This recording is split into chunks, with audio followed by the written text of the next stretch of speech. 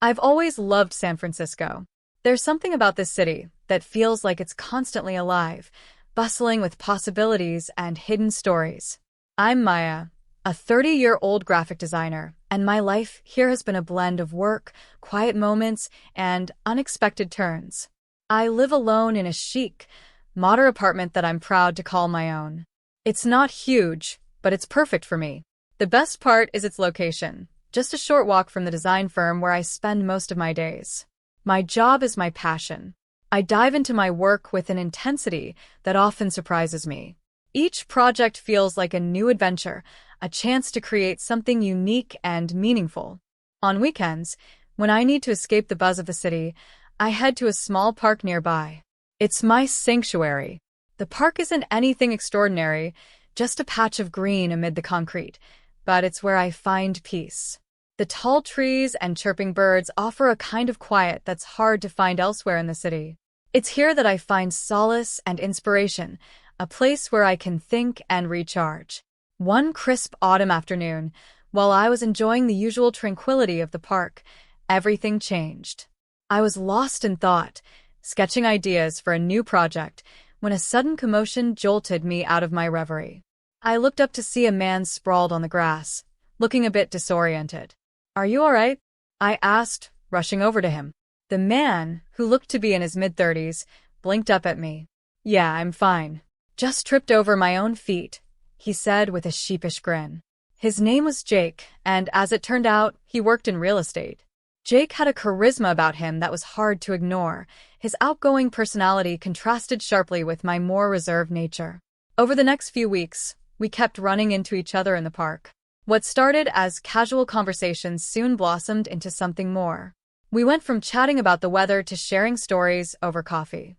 Our weekends began to revolve around each other, and before long, our time together extended into late-night dinners and even full weekends spent exploring the city. Our relationship progressed quickly. It felt natural and exciting, but also a bit overwhelming. One day, Jake proposed that we move in together. I was caught off guard. The idea of merging my life with someone else's was daunting, but I couldn't deny how much I cared for him. After some thought, I agreed. We found a larger apartment in a new part of the city, one with bright rooms and an airy feel that symbolized a fresh start for us. Moving in together was supposed to be a new beginning, but soon I noticed cracks in our seemingly perfect life. It started subtly. Jake suggested that I should cut back on my work hours to focus more on our home and our relationship. At first, I thought he was joking, but as he continued to press the issue, I realized he was serious. I was taken aback. My work meant everything to me. It wasn't just a job, it was a big part of who I was. The thought of stepping back from my career felt like losing a piece of myself. I tried to balance both, but the tension was palpable. The situation was further complicated by Jake's mother, Mrs. Harrison, who lived nearby. She visited often, and her presence added another layer of stress to our relationship. Mrs. Harrison, a woman in her early 60s, was kind but had strong traditional views about gender roles. Her comments about homemaking and prioritizing family over work made me feel as though my career was being dismissed as insignificant. Jake seemed to align with his mother's views more and more, and the strain began to show. Despite the growing pressure, I tried to stay optimistic. I found myself constantly juggling between fulfilling my work responsibilities and trying to meet the expectations set by Jake and his mother. It was like walking a tightrope, and I felt like I was about to fall off. One night, after a particularly long day at work, I sat in our new apartment feeling overwhelmed. I realized that I was losing sight of myself. My independence, which had always been my strength, was slipping away. It was in this moment of clarity that I decided I needed to do something to preserve my sense of self while navigating this new, challenging phase of my life. And so began a silent act of rebellion. I made a decision to pretend that I had quit my job while continuing to work from home. I set up a separate savings account to stash away money for my freelance projects. It was a way to reclaim a part of my life, a small, private rebellion against the pressure I was feeling. Little did I know, this decision would set the stage for a confrontation that would change everything.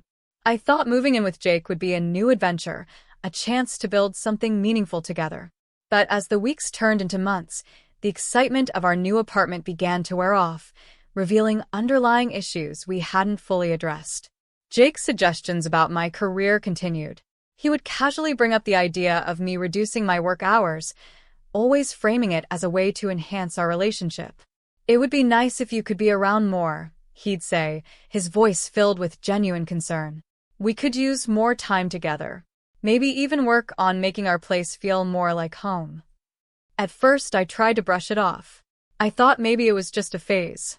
But the more he brought it up, the more I felt like my independence was being chipped away. Balancing my job with the demands of our relationship was becoming increasingly difficult. I loved Jake, but I loved my work too. It was a core part of who I was. Things took a turn for the worse when Jake's mother, Mrs. Harrison, started visiting more frequently. Her visits were always polite, but they carried an underlying tension. Mrs. Harrison had her own ideas about how a woman should prioritize her life, and it seemed her opinions were influencing Jake more than I realized. One day, as I was preparing dinner, Mrs. Harrison stopped by unexpectedly. She looked around the kitchen and made a comment that stung. "It's important to make a home feel warm and inviting. You know, keeping things organized and spending time on it can really make a difference," she said, her tone casual but her words heavy with implication. I smiled tightly, trying to keep my composure. "I agree, Mrs. Harrison. I've been working on making it a comfortable place for us." "Oh, I'm sure you're doing your best," she replied, but there was a note of disapproval in her voice. "Sometimes, though, it's better to focus more on creating a nurturing environment at home rather than being too engrossed in work." The conversation left me feeling frustrated and trapped. Jake and I had never discussed this level of interference from his mother, and it seemed like he was aligning with her traditional views more and more. I began to feel like an outsider in my own home. I tried to adapt. I cut back on some work hours and focused more on the house, but it felt like a part of me was shrinking. Despite my efforts, the strain between us grew. Jake would often bring up how my work was keeping me away from our relationship. "You're always busy, Maya. Can't you take a break?" he'd say. The final straw came one evening when we had a particularly heated argument. Jake was frustrated, and his irritation bubbled over. "You don't support me or our future," he yelled. "You're always prioritizing your job over us. This isn't what I envisioned for us." I was devastated. I felt like I was being pulled in two different directions, torn between my love for Jake and my passion for my career. It seemed like nothing I did was ever enough. The pressure was relentless, and I was running out of ways to keep everything balanced. In a desperate bid to retain some control over my life, I decided to take a drastic step. I began to pretend that I had quit my job. Behind closed doors, I continued to work on freelance projects, setting up a separate savings account to stash away the money I earned. It was a secret rebellion, a way to keep a piece of my independence while trying to meet the expectations placed on me. Even though this plan provided me with a small sense of control, it added another layer of stress. Keeping up the pretense was exhausting. I had to be careful about when and how I worked, always making sure not to slip up. The emotional toll was immense, and it was becoming harder to maintain the facade. Jake's growing frustration was becoming more apparent. The tension between us reached a breaking point during one of his drunken outbursts. He accused me of undermining his vision for our future, insisting that I conform to his and his mother's expectations. It was a painful confrontation that left me questioning whether this relationship was worth the cost to my own well-being. I started to realize that no matter how much I tried to please everyone, I was losing myself in the process. The facade of harmony was cracking, and beneath it lay the painful truth that something had to change. I had to make a choice, one that would require me to confront the reality of my situation and decide what I truly wanted for my future. The atmosphere at home was growing more oppressive. Every day, it felt like I was walking on eggshells, trying to keep up the pretense of quitting my job while secretly working from home. The strain was taking its toll on me, and Jake's frustrations were becoming more frequent and intense. One evening, Jake came home late, his mood sour and his words sharp. He had been drinking, and it was clear that he was more than just tipsy. I could see the frustration in his eyes as he staggered into the living room. Why are you still working? He demanded, his voice slurring slightly. I thought you were going to focus on our life together. I tried to stay calm. I'm not working. I've told you, I'm focusing on us. I'm just tidying up some things. Don't lie to me, Maya. His voice rose, and I could see the anger boiling over. You're always working, always busy. What's the point of this if you can't even commit to us? I was taken aback by his accusation. I'm doing everything I can. But this isn't just about me. It's about us. I'm trying to balance both, but it's not easy. Jake's face flushed with rage. Balance? It feels like you're always putting your work first. You're not supporting me or our relationship. You've changed, Maya. The words hit me hard. They were a reminder of everything that was wrong, of the constant pressure I felt to give up a part of myself for the sake of our relationship. But it wasn't just Jake's anger. It was his growing alignment with his mother's views that was causing the real conflict. His mother, Mrs. Harrison, had been visiting more often, her comments becoming sharper and more pointed. One day, while Jake was at work, she came by to discuss the progress of our new life together. She looked around the apartment with a critical eye, her disapproval evident. You know, she said, a woman's role is important in a home. It's about creating a warm and welcoming space. I hope you're not letting your work interfere with that. I took a deep breath, trying to keep my emotions in check. I'm doing my best to balance everything, Mrs. Harrison. She nodded, but there was a hint of satisfaction in her eyes. Well, it's important to make sure that your priorities are in the right place. A home needs a woman's touch. The pressure from Jake and his mother was relentless. It felt like I was being squeezed from all sides, and no matter how hard I tried, I couldn't meet their expectations without losing myself in the process. I was caught in a cycle of pretending and compromising, and it was beginning to break me down. The final confrontation came one night after a particularly intense argument. Jake was drunk again, his emotions raw and unfiltered. We were in the middle of a heated exchange when he suddenly shouted, "If you can't support me and our future, then what are we even doing here? I can't keep living like this." His words were like a knife to my heart. I felt a deep, crushing sense of realization. I couldn't keep living under this pressure.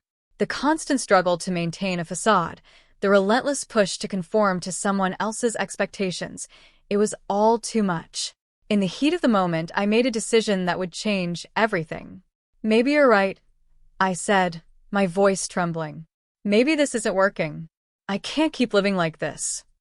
Jake's face showed a mixture of anger and disbelief. Are you saying what I think you're saying? I nodded, feeling tears well up. I can't do this anymore. I need to find a way to be true to myself. I'm sorry, but I need to leave. The look on Jake's face was a mix of shock and fury. You're just going to walk away? I'm not walking away from you, I said, my voice firm despite the tears. I'm walking away from a life that's making me lose myself. That night, I packed a few bags with the essentials and made arrangements to stay with a friend. The decision wasn't easy, and it felt like I was tearing a piece of my heart away. But deep down, I knew it was the only way I could reclaim my independence and start rebuilding my life on my own terms. As I walked out of the apartment, I felt a strange mixture of relief and sadness. The life I had tried so hard to build was unraveling, but in its place, I was beginning to see a glimmer of hope. I had taken the first step toward finding myself again, even if it meant facing an uncertain future. The weeks that followed were a whirlwind of emotions. I settled into a small apartment of my own, a cozy space that felt like a blank canvas for a new beginning. I returned to my graphic design work, and my colleagues welcomed me back with open arms. Their support was a balm to my soul, and it reminded me of why I had chosen this path in the first place. I threw myself back into my career with renewed passion. My work became a source of joy and empowerment. It was a relief to focus solely on projects that mattered to me, without the constant pressure to prioritize someone else's expectations. I started to explore new hobbies, painting, hiking, and even cooking, which had always been on the back burner. It felt exhilarating to rediscover parts of myself that had been overshadowed by my previous relationship. One day, while I was at a coffee shop, I ran into old friends. It was wonderful to reconnect with them and share stories about our lives. They were genuinely happy to see me and were curious about my new beginnings. It felt good to share my journey and receive their encouragement. It was a reminder that I had not only lost myself in the past relationship but also gained a new sense of clarity and purpose. Months later, Jake reached out to me. I was surprised to receive a message from him, especially since I had not heard from him since moving out. He was candid about his struggles, including losing his job and feeling lost without me. He expressed a desire to talk and possibly rekindle our relationship. I was tempted to meet with him, to see if there was any way to find closure or understanding. However, after reflecting on everything I had been through, I realized that my life had taken a new direction. I had found a stronger sense of self-worth and clarity about what I wanted. The idea of going back to a relationship that had caused me so much pain seemed like a step backward. When we finally met, Jake was visibly different. He seemed older, more worn out, and his demeanor was one of regret. He apologized for how he had treated me and admitted that he had made mistakes. But as we talked, I knew deep down that the relationship we had was not something I wanted to revisit. "I've changed a lot," Jake said, his voice filled with remorse. "I realize now how much I took you for granted. I'm sorry for everything." I took a deep breath, feeling a mix of sadness and relief. "I appreciate your apology, Jake, but I've grown a lot since we parted ways. I'm in a different place now, and I need to keep moving forward." He nodded, understanding my decision. "I get it, Maya. I hope you find the happiness you're looking for." As I walked away from that meeting, I felt a profound sense of closure. I was finally free from the shadows of my past, ready to embrace the future with confidence. I had reclaimed my independence and learned to value myself in ways I hadn't before. My journey of self-discovery had been challenging, but it had led me to a place of personal fulfillment and happiness. The story of my life had come full circle, and I was ready to write the next chapter with a heart full of hope and a mind clear about what truly mattered to me.